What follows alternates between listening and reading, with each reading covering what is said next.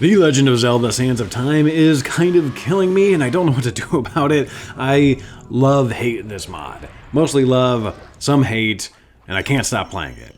Well, I did stop playing it for a number of months, actually, but only because I got very distracted with life and other projects. But there was a while where I didn't want to continue at all, but I could not stop myself. I had to keep going. There is some sort of magic sauce in this Ocarina of Time mod, and I'll try to put that into words. God, this mod pisses me off, but it is also so good.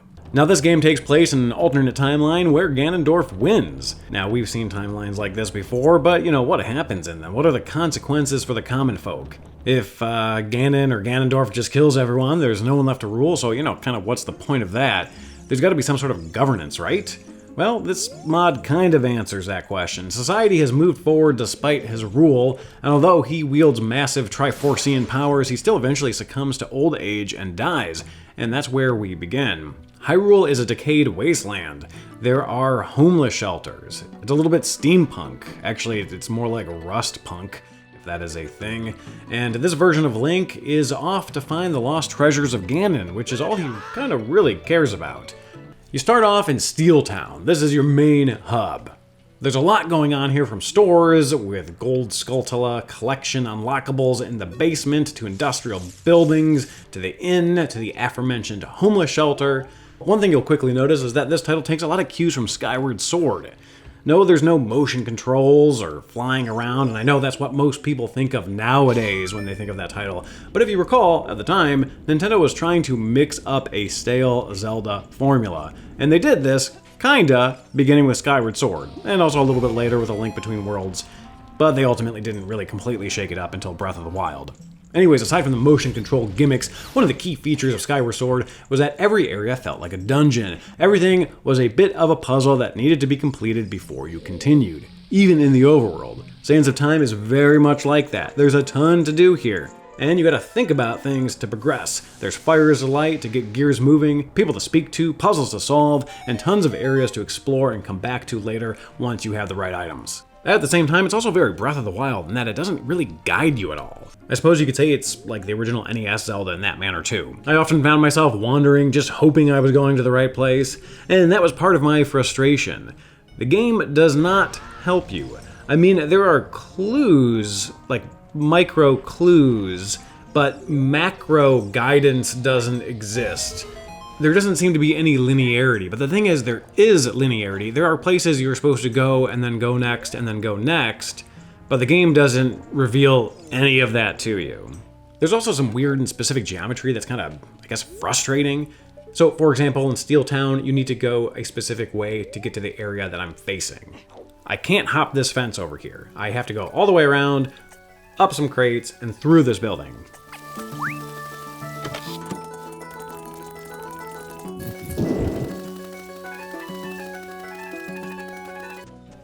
Again, you can't hop this tiny fence. However, you can hop this fence over here on the other side. It's basically the same fence. Same height, probably the same asset. It doesn't make sense that you can't jump one, but you can jump the other. But every time you want to get to this area, you have to do this long song and dance through this building, even though it doesn't make logical sense in-game. There's no consistency as to what you can climb over and what you can't. You also need to kill and collect golden Skulltulas to get many of the important items. One such item is a larger wallet.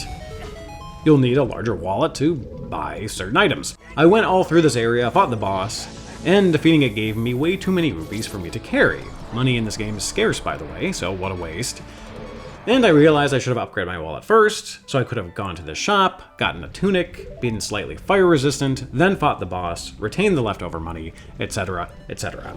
So, after the fact, I went off exploring to find more golden Skulltulas, or Skulltulas, or whatever, however you pronounce them, I don't really care. Here's another oddity. At one point, I hopped this crate, then for unknown reasons, I couldn't hop back. Same crate, right? But the game just wouldn't allow me to return. Well, off to a totally new area and totally new adventure, because I couldn't turn back and just hopefully it was the right place to go. I don't know. It led me up a mountain, through a Moblin fortress, which is essentially a dungeon, then through a volcano Moblin mine, which is essentially another dungeon, then onto the Sundown castle, which is the actual dungeon. And this was part of my love-hate relationship. Tons of unknown. Am I putting all this effort into the right area, or am I gonna hit a stumbling block because I don't have the right item? You know, so far I had been pretty lucky. I actually needed to go this way, even though I had absolutely no idea. And it did feel very rewarding when I got just a bit further, or got to the next area, or when I found that new dungeon. Which, by the way, the dungeons here are very well designed. But, you know, soon the slog of progression would set in. Area after area after area where the game is just sort of fighting you to progress. But then you'd figure something out and it'd be very rewarding. But then you'd feel the slog. Then it'd be rewarding over and over again. You know, official Nintendo designed Zelda games have sort of constant little grinds and little rewards. Micro grinds, micro rewards, and then macro endeavors and macro rewards. This one kind of puts more onto the player. You get less reassurance and rewards in between. You get near the tipping point, but then the reward that they do give you is satisfying enough to make you want to continue. Then dungeon puzzles are also relatively unconventional. Here's a trap I fell into.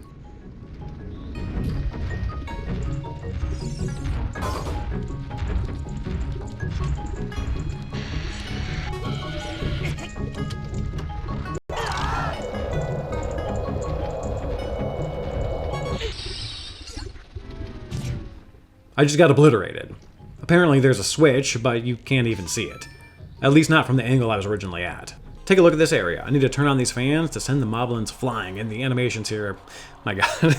I don't know if they're chef's kiss or janky or what, but I love them. But, you know, these fans will do the same to me. They'll send me flying. So I need to use my hook shot over these platforms to essentially time jumps over the wind. Similar scenario in this 2D area. I need to time the slow down and turn off of the fan so I can get by. And the world is huge.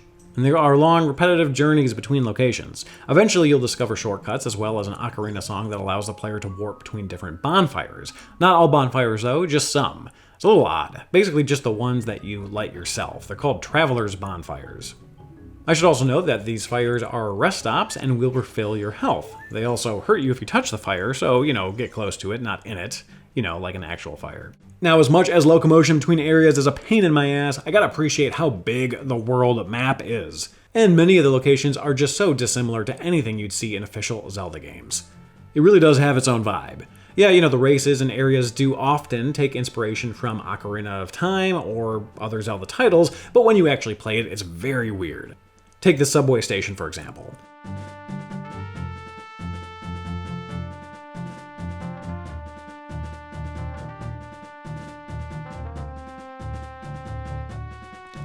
Now, we've shown some footage from it before, but here's a dungeon that's a landfill.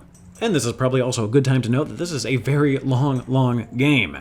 It's not like your average mod where you just sort of, you know, play for 3-4 hours and it's wrapped up. This is very time-consuming. This is like a fully fleshed out game. At the time of writing this script, I'm over halfway through it, but it is taking forever.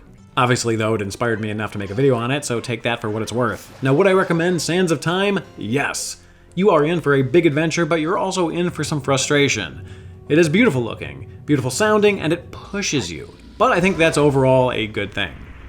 So hey, that's the end of the video for today, guys. Big thank you for watching, and of course, thank you so much to our supporters on Patreon, our channel members that get exclusive benefits, and to everybody that has donated to us on our wish list, which is throne.com. Thank you so much, guys. Hope to see you all back for the next video. Take care.